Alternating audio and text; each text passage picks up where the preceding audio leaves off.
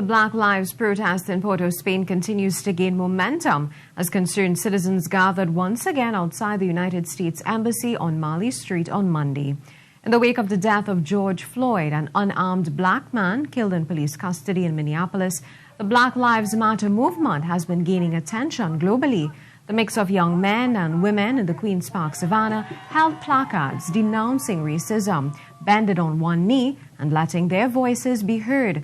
Co-organizer Mohammed Muwakil says it's time for a conversation about systematic racism in Trinidad and Tobago.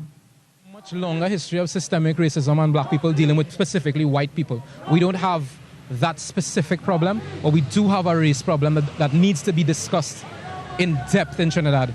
There are things we've said in our homes that we haven't really and truly begun to discuss among ourselves, and especially with this generation.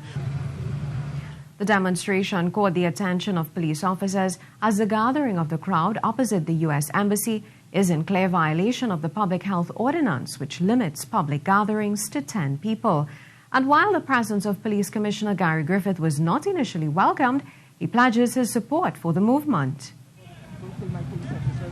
And what we need to do is more of this, can actually get into the minds of those persons. And the profiling is not just based on race. Sometimes you have profiling based on gender, based on individual, based on all sort of different compositions that people try to look at someone else because they are not identical to them. They try to degrade them.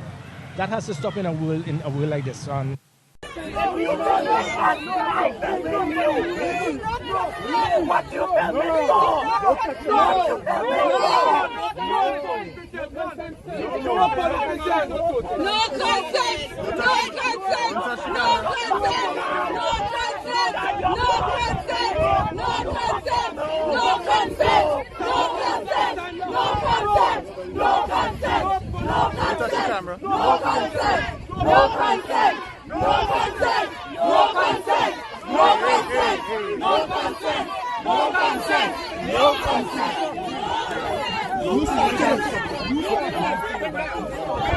Get out of fucking here! We are appreciative of what you are doing. Whenever there's a chance or there's a little uprising, you are breaching, firstly, the COVID Act. You're also making this into a riot. So we are asking you now to be a little more peaceful. Please.